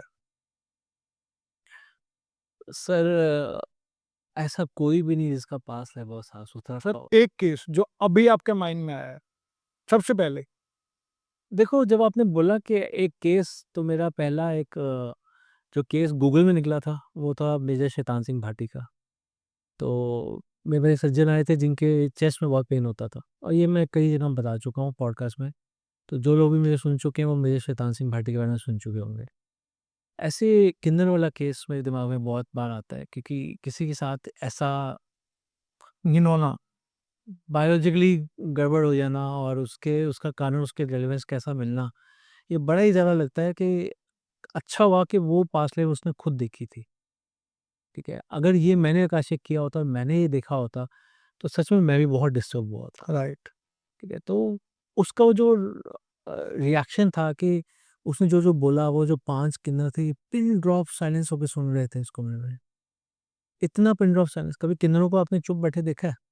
और पिन ड्रॉप साइलेंस था उस कमरे में, सिर्फ़ वो किन्नर बोल रहा था जिसका सेशन हो रहा था। और उनकी आँखों में सिर्फ़ जब मैं इधर-उधर नज़रें दौड़ाता था ना, तो उनकी आँखों में मुझे सिर्फ़ आँसू नज़र आते थे। एक एक सेंस ऑफ शेम नज़र आता था कि यार कहीं हमारा भी ऐसा ही पास तो नहीं है? हम भी इसी वज़ह से किन्नर तो नहीं है? पर हर कोई एक जैसा नहीं होता। हर किसी की अलग स्टोरी होगी। इसलिए कोई भी अपने आप को ये मत सोचे कि मैं बहुत घिनौना हूँ, मैं कुछ मैंने बहुत बुरा किया है। देखो जो कर लिया सो कर लिया। राइट। वो लाइफ़ ऐसी थी, आज के टाइम में कोई भी हम काम करते हैं ना, हमें पता होता है जगह-जगह पे कैमरे लगे हुए हैं। पुलिस है, कोई 100 नंबर डायल कर देगा, कोई कुछ कर देगा। हम लोगों के अंदर ना एक सोसाइटी का डर है। उस टाइम वो डर नहीं थे क्योंकि इतना विजिलेंस नहीं था। जितना ओपन हैंड होगा उतना करने का ज़्यादा हौसला होगा। करेक्ट। वो टाइम ऐसा था। तो आप उस टाइम को लेके गिल्ट फ़ील मत करो। आप बस ये सोचो गलतियाँ हो गई थी, अब उसको कैसे करके ठीक किया जा सकता है। उस थॉट के साथ अगर आप आते हो तो ज़्यादा बेटर होगा। रादर देन कि हम कहीं ये जान के परेशान ना हो जाएँ। सोचो हर किसी ने गलत किया होगा क्योंकि तब अपॉर्च्युनिटी थी करने की। हुँ। अब वो अपॉर्च्युनिटी उतनी कम हो गई। अब तो आप देखते हो नदियों के जो पुल होते हैं उन पे भी कैमरे लगे होते हैं। तो आपको पता चल जाएगा ना कि किसी ने जो फेंका है या खुद कूदा है। पहले तो नहीं से पता ऐसे पता नहीं चलता था। तो वो चीज़ों में बहुत फ़र्क पड़ गया है। तो उतना क्राइम जो जिस लेवल का उस टाइम में हुआ था, उस लेवल का आज बहुत ही कोई मैं कहूँगा मेंटली कोई पागल होता है तभी वो कोई ऐसा करता है, नहीं तो ऐसा करने के बारे में ज़्यादा नहीं सोचता। तो कभी-कभार लोग ना परेशान होके ना अपनी लाइफ़ के सोचते हैं कि हो गया मेरा। उनके साथ क्या होता है? क्या ये करना चाहिए या नहीं? देखो मैं एक चीज़ बताऊँगा आपको, नॉर्मली क्या होता है कि हमारी लाइफ़ 84 लाख योनियाँ जैसे आपने सुना होगा। हाँ, हमारी योनियाँ बदल-बदल के ह्यूमन लाइफ़ आई है। करेक्ट। देखिए, आप बात सोचिए 2000 तकरीबन सन 2000 में मोबाइल फ़ोन आए थे इंडिया में। राइट। मोटे-मोटे, बड़े-बड़े फ़ोन आए थे। हाँ। उसके बाद छोटे फ़ोन हुए, फिर कलर स्क्रीन आई, फिर स्मार्टफ़ोन हुए, ठीक है? एमबी चेंज हुई, कौन-सी रोम, कितनी कितनी स्टोरेज वगैरह सब कुछ अलग-अलग आता रहा। तो अपग्रेड होता रहा उस लेवल में। हाँ। आज जो आपके पास फ़ोन है, आज 2025 में अगर मैं बोलूँ कि 2005 वाला फ़ोन आप यूज़ करो, is it possible for you? No. Not at all. यानी कि इंसान डाउनग्रेड नहीं हो सकता, अपने कपड़ों में, अपने लाइफ़स्टाइल में, अपने गैजेट्स में, किसी में भी। भगवान भी आपको डाउनग्रेड नहीं करता, पर वो कहता है कि एक जघन्य अपराध और तू डाउनग्रेड। वो जघन्य अपराध क्या है कि अपनी जीवन लीला खुद समाप्त करना, अच्छा। सेल्फ हार्म, ठीक है? ऐसे एक केस के बारे में आपको बताना चाहूँगा। वैसे इवन दो मैंने इन क्लाइंट से बात करते हुए मेरे को अभी भी बहुत अजीब-सा लग रहा है, पर नॉर्मली मैं आपको बताऊँगा। जब कभी भी कोई इंसान अपनी जीवन लीला खुद समाप्त करता है, जैसे लटक गए या अपने आप को नसें काट लीं या फिर कुछ खा-पी के मृत्यु को प्राप्त हो गए, तो ऐसे टाइम में क्या होता है कि आपने अगर खुद ये काम किया, आपने यानी कि सरेंडर कर दिया, गिव अप कर दिया, तो आपको योनि में डाउनग्रेड किया जाता है, अच्छा। ठीक है? बट उसमें भी एक एक्सेप्शन है कि 14 साल से छोटे बच्चे को नहीं किया जाता, क्योंकि उसके पास उतनी समझ भी नहीं होती, माइंड पूरा मेकअप ही नहीं हुआ। तो 14 साल से अगर आप बड़े और आपने ऐसा किया है, तो डेफ़िनिटली आप डाउनग्रेड हो सकते हो, अनटिल एंड अनलेस आपके साथ बहुत अच्छे कर्म जुड़े हुए हैं, कि आप कहीं न कहीं उसमें कहते हैं ना कि मैं अपने कर्म सरेंडर करने को तैयार हूँ, मैं 2 जन्म और लेने को तैयार हूँ, पर मेरी आप योनि डाउनग्रेड मत करो। तो ऐसे अभी कुछ टाइम पहले एक आया था मेरे पास केस, 25 साल की लड़की है, उसने अपने बॉयफ्रेंड की वजह से ऐसा किया। उनकी मदर ने सेशन करवाया और मैं सच बताऊँ, मैं आज तक उनकी मदर से दोबारा बात नहीं कर पाया हूँ। मेरे को समझ नहीं आ रहा मैं उनको किन लफ्ज़ों में बताऊँ कि उनकी बेटी की जो सोल है वो इस टाइम एक जैसे फीमेल डॉग होती है उसके गर्भ में है। तो मैं उसको किस किस तरीके से समझाऊँ? जब वो मुझसे बात करती है अपनी बेटी के बारे में कितना रोती हैं, मैं समझ ही नहीं पा रहा कि मैं ये बात उनको कैसे बताऊँ? मेरे पास जब कभी भी आता है ना फ़ोन के आप बता दो, जो भी है वो बता दो। अरे! आपने कुंडलियों के बारे में सुना है? अगर हमें मालूम होता ना कि आगे आने वाला टाइम इतना ख़राब है, तो हम कितना घुमा-फिरा के उस तरफ इंडिकेशंस देते हैं। डायरेक्टली नहीं बोलते। कभी कोई किसी ने ऐसे बोलते हुए सुना है कि आपकी तो मृत्यु बहुत नज़दीक है। आप तो उसको जीते जी मार दोगे। तो ऐसे ही कई सारी ऐसी चीज़ें होती हैं जो आप देखने के बाद, जानने के बाद आप बता नहीं पाते। कई बार लोग हमें ना फिर उस चीज़ को लेकर मिसअंडरस्टैंड करते हैं कि भैया ये तो पैसे ले लेते हैं, हम जवाब नहीं देते। बट कई बार ऐसी कंडीशंस भी आती हैं कि हम जवाब दे नहीं पाते। हमें समझ में नहीं आता कई बार कि हम कैसा जवाब दें भई? झूठ हम बोल नहीं सकते, सच बताने लायक नहीं है। तो क्या करूँ मैं ऐसे में? ठीक है, तो कई बार ये होता है हमें वो टाइम बाय करना पड़ता है कि क्या बोलूँ, क्या बोलूँ, क्या बोलूँ? कैसे बोलूँ? कैसे समझाऊँ? तो बस इस वज़ह से ऐसा हो जाता है कई बार। तो ऐसे कई केसेज़ आते हैं और ऐसे भी कई केसेज़ आते हैं जिनमें ऐसे केसेज़ हुए पर मैंने बोला 14 साल से छोटे बच्चे के साथ ये होता है कि वो डाउनग्रेड नहीं होते। फॉर्च्यूनेटली एक एक अब मेरे को समझ नहीं आ रहा कि मैं फॉर्च्यूनेटली बोलूँ या अनफॉर्च्यूनेटली बोलूँ। पिछले साल मेरे पास केस आया किसी बच्चे की डेथ हुई थी जून में। मेरे पास केस आया कि ऐसे-ऐसे हुआ है। उसका मैंने आकाशित किया। फिर उसके बाद मदर ने खुद क्योंकि वो मदर खुद एक हीलर है, टैरो कार्ड रीडर है, हीलर है, तो वो शांत थी हस्बैंड के मुकाबले में। तो उन्होंने खुद अपना सेशन किया। जब सेशन किया तो उन्हें पता चला कि उनका बच्चा आएगा और तब तक डॉक्टर्स मना कर चुके थे कि ये नहीं हो सकता, कि मेडिकली अब वो आईवीएफ के थ्रू भी नहीं कर पाएँगे, कंसीव नहीं कर पाएँगे। पर अल्टीमेटली ये जब ये सेशन किया, तो उसके बाद डॉक्टर का ये वर्ड्स थे, ये तो मिरेकल है, ये कैसे हो गया? और जून में उस बच्चे ने बेटी के रूप में जन्म लिया। सर, इसी से जैसे मान लो कई पेरेंट्स के बच्चे नहीं हो पाते हैं because of age, because of आप शुरू में करियर पे बहुत ध्यान देते हो और एज बड़ी हो गई है या फिर कोई प्रॉब्लम है मदर को या फादर को, तो वो भी क्या आपसे पीएलआर करा के प्रॉब्लम सॉल्व करा सकते हैं? देखो, पीएलआर इज़ अ डायग्नोसिस, या राइट? अब डायग्नोसिस में क्या आएगा ये तो करने के बाद पता चलेगा। मैं तो बस आपको ये कह सकता हूँ कि डायग्नोसिस के बाद मैं अपनी तरफ से पूरी कोशिश कर सकता हूँ। अगर हो सकता है तभी मैं आपको बोलूँगा हो सकता है। नहीं हो सकता तो फिर मेरे भी हाथ खड़े हैं, मैं कोई भगवान तो हूँ नहीं। मैं तो सिर्फ़ आपको गाइड कर सकता हूँ कि हाँ, ऐसा हो सकता है और जहाँ नहीं हो सकता मैं वहाँ सिर्फ़ हाथ जोड़ दूँगा कि भगवान की शरण में जाओ, मेरे बस में तो नहीं है। ठीक है। सर, हमने बहुत सारी बातें करी, किन्नर क्यों बनते हैं, कोई गे क्यों बन गया, कोई पुराने जन्म में पुरानी योनि में कुत्ता क्यों बन जाता है। मुझे सर ये बताओ, पीएम मोदी, मोदी क्यों, अंबानी, अंबानी ही क्यों? मतलब ऐसा क्या करते हैं वो लोग? क्या वो पिछले जन्म में भी ऐसे ही थे? या आज जो अरबों-पति या देश के राजा बन गए हैं, वो क्यों?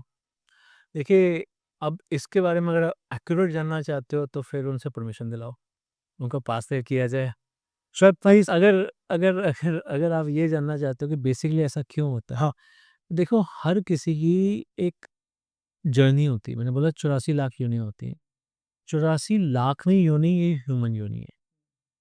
हो सकता है मेरे 60 जन्म हुए, आपके 50 हुए हो, मोदी जी के 90 हुए हो, तो he must be very much close to वो कहते हैं ना मोक्ष के बहुत नज़दीक।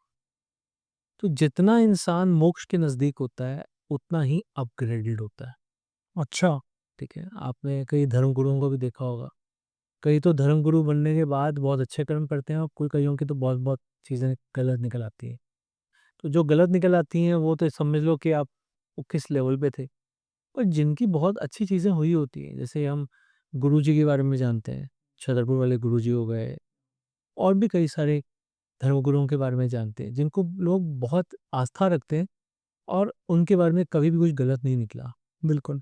तो कहीं न कहीं वो अपने आप को बहुत अपग्रेड कर चुके थे, हर तरह के एक्सपीरियंसेस के बाद, कि अब वो मोक्ष की प्राप्ति पा चुके हैं। तो जिन लोगों का ऐसा है कि जिनका कि ग्राफ ऊपर, ऊपर, ऊपर, ऊपर ही है और वो स्ट्रॉन्ग है, बहुत स्ट्रॉन्ग है, वो डेफ़िनेटली अपने एक्सपीरियंसेस को बढ़ा चुके हैं, वो कहीं मोक्ष के नज़दीक हैं। इसलिए शायद उनके अंदर क्या मेरा, क्या तेरा, क्या लाभ, क्या हानि, उसकी जो इंटेंसिटी है वो कम है। सर, मैं थोड़ा कन्फ्यूज़ हो गया हूँ। एक तो आपने नाम लिया, जैसे मैं प्रेमानंद जी हैं, वो हैं, एक अंबानी है जो कि फाइनेंशियल एस्पेक्ट में बहुत ऊँचा रहा है और वो नाम जाप में बहुत ऊपर है। तो क्या दोनों का आखिरी जन्म है या फिर नहीं, नहीं। देखो प्रेमानंद जी जो कर रहे हैं ना, वो उनका आखिरी जन्म हो सकता है। अंबानी की जहाँ तक बात है, मैंने आपको बोला कि पास्ट लाइफ में कईयों ने ज़रूरी नहीं बुरे कर्म किए हो, अच्छे कर्म भी किए होते हैं ना। क्या हमने सिर्फ़ बुरे कर्म के वाले लोगों के बारे में जाना है? अच्छे कर्म वाले स्वामी विवेकानंद भी थे, करेक्ट? ठीक है? तो ऐसे बहुत सारे थे, पर जहाँ स्वामी विवेकानंद थे, वहाँ पर जनरल डायर भी थे, राइट? तो ऐसे हर तरह के लोग होते हैं, पुराने टाइम में भी। तो वो आपने पहले जन्मों में कितना आपने मोती दान किए हैं? हाँ, अगर मोती दान किए थे, तो आज मोती लेने तो आए हो। अगर ज्ञान दिया था, तो आज ज्ञान लेने पाए हो। और अगर तब ज्ञान पाया था, तो वो ज्ञान बाँटने आए हो। हमारे एक राष्ट्रपति ऐसे भी थे जो टीचर थे, जिसकी वजह से टीचर्स डे भी मनाया जाता है। वो भी उस लेवल पर पहुँचे, बट क्या था उनके पास? हो सकता है कि वो पहले इतना ज्ञान में काम कर चुके थे, ठीक है? तो ऐसे तो बहुत सारे एक हमारे पास हैं, होमी भाभा हैं, जो शायद इंडिया को फर्स्ट न्यूक्लियर स्टेट बना देते, और उनका जो जो भी प्लेन क्रैश हुआ, जैसे भी हुआ, वो कॉन्स्पिरेसी थी या फिर वो डेस्टिनी थी, जो भी था, मैं इतना नहीं जानता। बट जो भी था, वो कहीं न कहीं हमारे लिए अच्छा था, और किसी दूसरे देश की शायद नज़रों में खड़क रहा था, तो उनके लिए बुरा था। तो हर सिक्के के 2 पहलू होते हैं। अब मैं किसी भी पहलू के बारे में ये नहीं कह सकता, ये सही है या गलत है। ये तो डिपेंड करता है कि आगे हमें कितनी पिक्चर पता चलती है। Right, right. जैसे हम पीएलआर करते हैं तो हम जन्मों की बात कर रहे हैं, राइट? लेकिन दोनों जन्मों से बीच में आत्मा कहीं ऊपर भी गई है। एक स्टेज मरने के बाद आत्मा के साथ क्या-क्या होता है? देखो उसके ना 3 स्टेजेस। पहला स्टेज तो ये है, जैसे फॉर एग्ज़ाम्पल एक व्यक्ति हैं जिनका नाम है एक्स, राइट, राइट? तो उनकी मृत्यु होती है। अब उनकी फैमिली में थे वाई, ज़ेड, ए, बी, सी, ठीक है। ठीक है? यानी कि हमने 5 लोग उनकी फैमिली के गिना दिए।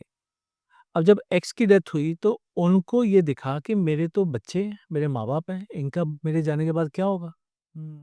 तो उनकी क्या है, उनके इमोशंस जुड़े हुए हैं उनके साथ, अपनी फैमिली के साथ।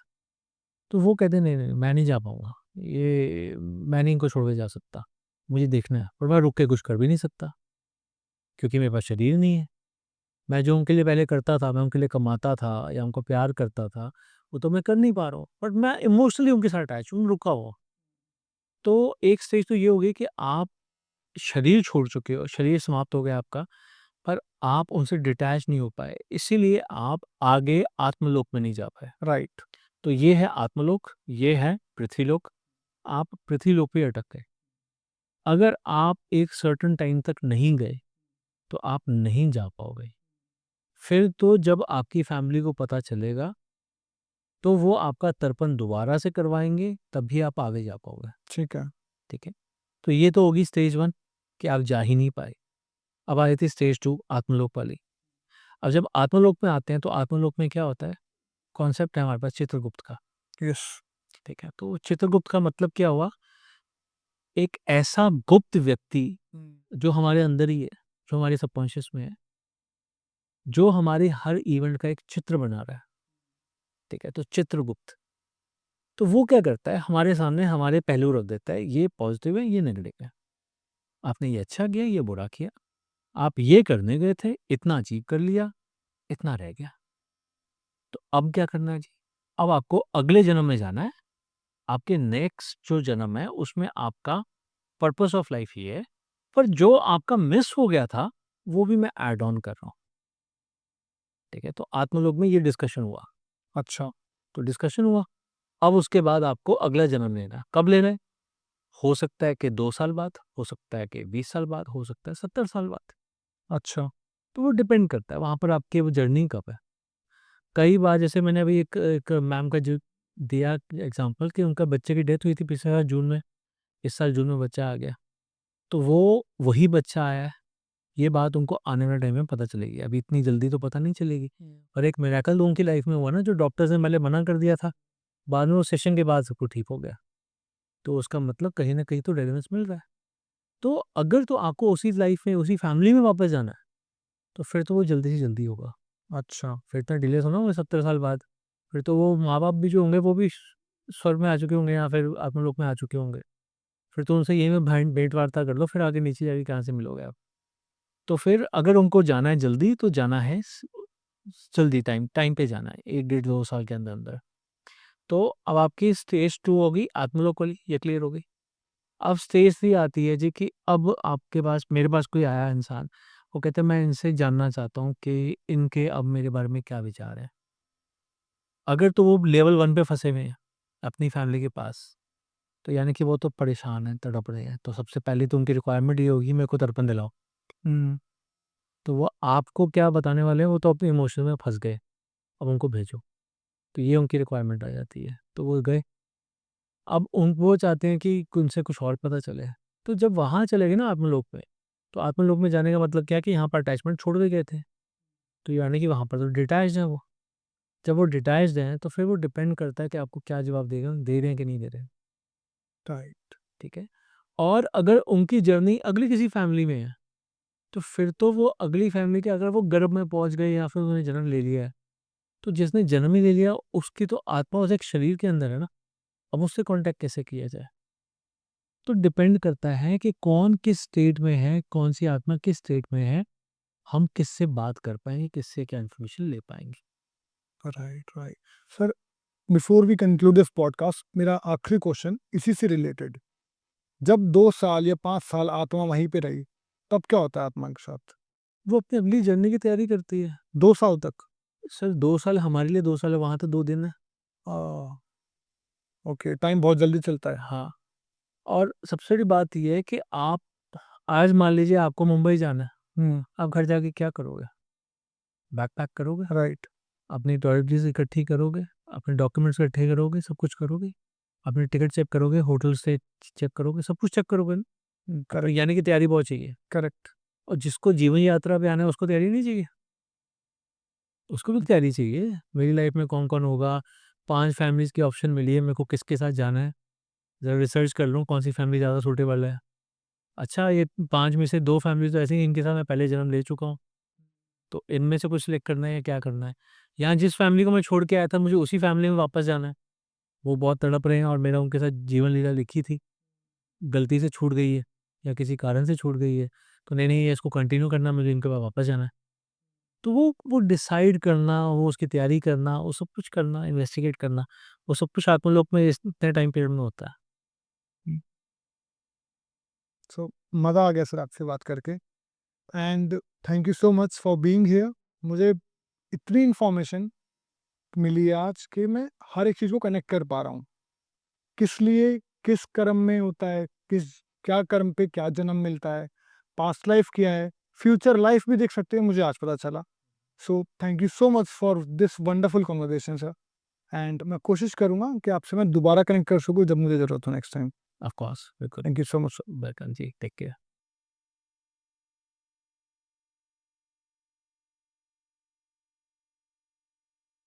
Hello guys, welcome back to HS podcast. दोस्तों, आज का पॉडकास्ट ना हमारा बहुत स्पेशल है, क्योंकि हमने बात की है पास्ट लाइफ रिग्रेशन और फ्यूचर लाइफ के बारे में।